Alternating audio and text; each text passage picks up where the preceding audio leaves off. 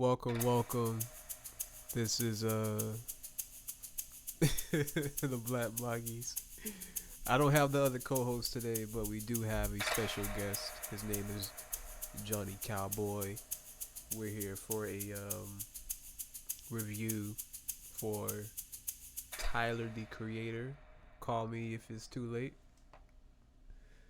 Is that's not even the fucking album. What is the album? If you read this, you're lost. uh, I completely forgot the title of the album. Call Me If You Get Lost by Tyler the Creator. It's Johnny Cowboy, aka Johnny D. Oh, no, John D. You know, so I'm not gonna give you all the nicknames, but we back at it again to wrap up the review. Tyler the Creator, Call Me If You Get Lost, the 2021 project that was dropped a couple months ago, or a month and a half. Yep. Let's get to it. Yep. Well, overall, as an album, do you fuck with it? So I would say that I fuck with it. I give it like a cool 8.5 out of 10.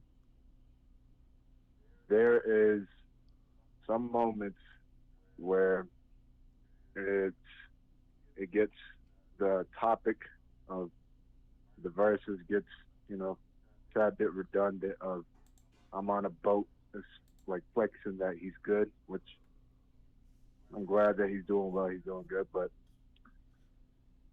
just bringing up a topic about boats and traveling and constantly for almost an hour, that can get a little, you know, You don't think you over that could, exaggerating there, saying like he was talking about boats for over an hour? he wasn't talking about, but like the points he was bringing up was like boats and his bro's voice, and but he was bringing up the topic of love and brought it up. Overall, it's a good album, but sometimes I'm just I'm like, okay, cool, like it's about traveling, and I'm just like, the boats and the cars and the boats and the cars. And it's like, all right, I get it. Boats, cars, like we're traveling. But I would have to say, what song was it that at first I wasn't like too, eh, like about it was all right. Like first few times I listened to it was Sweet. You talking about Lemonhead? No, Sweet with Brent Brent Fires and I think it's just Brent Oh, Fires and him on yeah, I completely forgot about that track. Yeah, sweet. I thought you wanted to dance. it. It took me some time like to just dial in really like I was messing with Brent Fires this part, but it's like really reminiscent of like some throwback R&B type. It gives me like a kind of nostalgic feel, like maybe earlier 2000s. Earlier 2000s. Okay. Did you How did would you feel on that? Oh, well, before I go with mine, did you like the production? The production's amazing. Okay. Yeah, I would say the same thing. I really enjoyed the production on here, and mostly it was done by him for the most part, and that's just being said of how um, musically how great Tyler is, and I would say that this album is an 8 out of 10 for me. Um, how long is this? Like an hour and 10 minutes or something? I think it's like an hour I and think it's ten. capped at like 50. Yeah, it's around 59 or an hour and 10. True. Yeah, it's. I would like. It doesn't. It does. It does kind of sound too long for me. Just a little bit, but he does keep me like entertained throughout most of the album, especially like for the first half of the album. It's very it's very thorough, and he has a lot of beat flips that goes from just this.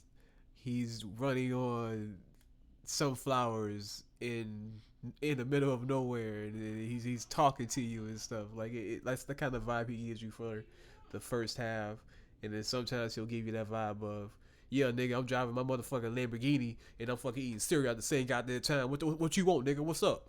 You know, like it's so weird. It's so weird.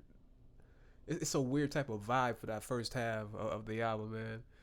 And he definitely I think Lumberjack is by far still one of the hardest albums. I mean songs off the album. But Yeah, halfway. I like that part. I like that part where he goes, the somebody chimes in, it's like it's really different. It's really different. He snaps back in. That shit was That hard. was a Lumberjack. Yeah, Damn, I'm trying to remember, but I can't.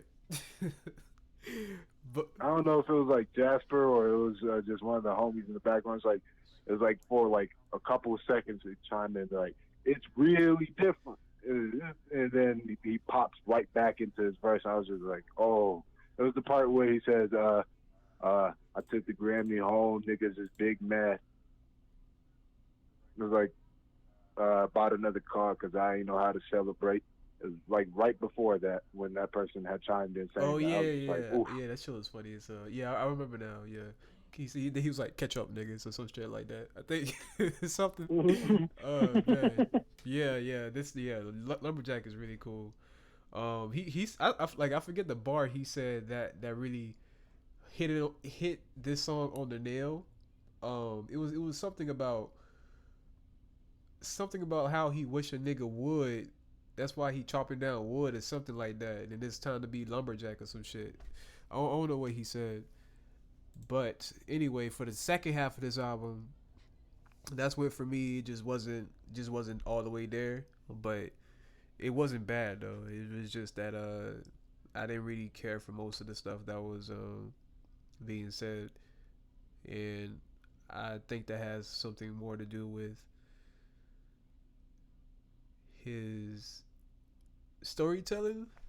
I guess. Yeah, yeah. Because I don't On see that. this song, I feel like the song you're talking, maybe talking is like Wilshire, where it's about like 6 minutes, and he's just What? pretty much going off, sounding like he's a home wrecker, and he's just Well, I like that one actually. That's a really good song. But I was talking more about like about Sweet, talking more about Rise. Um, it just they weren't really hitting me story song wise.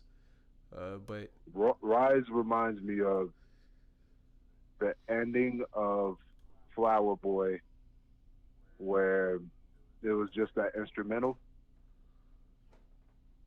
It was like have fun or enjoy today or something like that.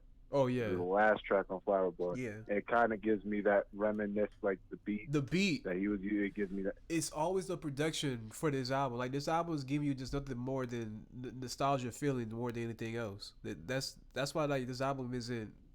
It's not special. This is this. I gotta say, that's not that special of an album.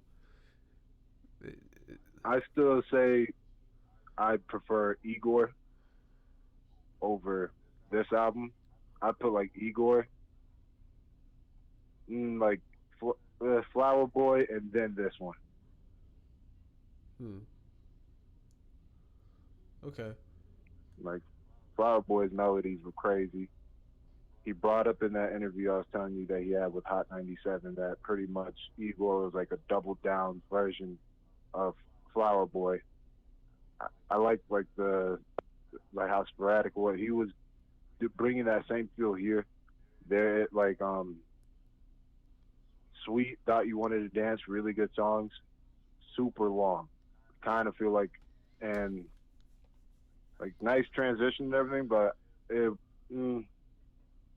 feel like they could have been their own songs. You know what I'm saying? And as for like Wilshire, that was like super long. And then Rise, good song. Um, let's see, what was Master? That song's really good. The one that he had with Pharrell and Little Uzi Juggernaut, I really was into the first. I love the song. It's fire. I was really into the beginning part of that song and kind of wish it was like extended. That beginning part, right? Yeah. Yeah, yeah. I can definitely see that. Hey, Miss Parker. Yeah, yeah. Run It Up. Run It Up is still one of my favorite tracks off this album. Oh yeah. And Tizo touchdown. Like after hearing that song, I had to listen more to like I got to see what this guy's about because he kept running in with like I'm running like a politician. I'm running like the water on your dirty dish. I'm like I'm running like keys in the mix. I'm like all right. Kind of give me a Tierra Whack World almost vibe for a second. I was like, oh shit. True that. True that. Yeah, man. I don't really got nothing else to say about this project. That's a wrap. Uh, but I mean, this but coming from you though, like since you are the Tyler fan, this how was this like? Because you gave it an 8.5, which is generous. Uh, but you can hear the lacklusters. What's the word? Lacklusterness. The lacklusterness Lusterness. from this album, can't you? It just sounds I so mean, weird. it, it like with especially DJ Drama being on it. He did say he wanted to have Gangsta Grills, all that tape, you know, which I think was pretty cool. He gave it the mix. It gave it more of like the mixtape vibe, Enjoyed it, yeah. and I was like, that's cool. But there is certain parts where it's just like yeah, the nuances. They said it was a nuisance. Not trying to flex on these niggas. Like them niggas back in high school, it almost felt like his what was it? His Funk Flex like freestyle was kind of like this album. Even though like some of it was like jokes, but like how he's bringing up like the niggas back in high school, like it's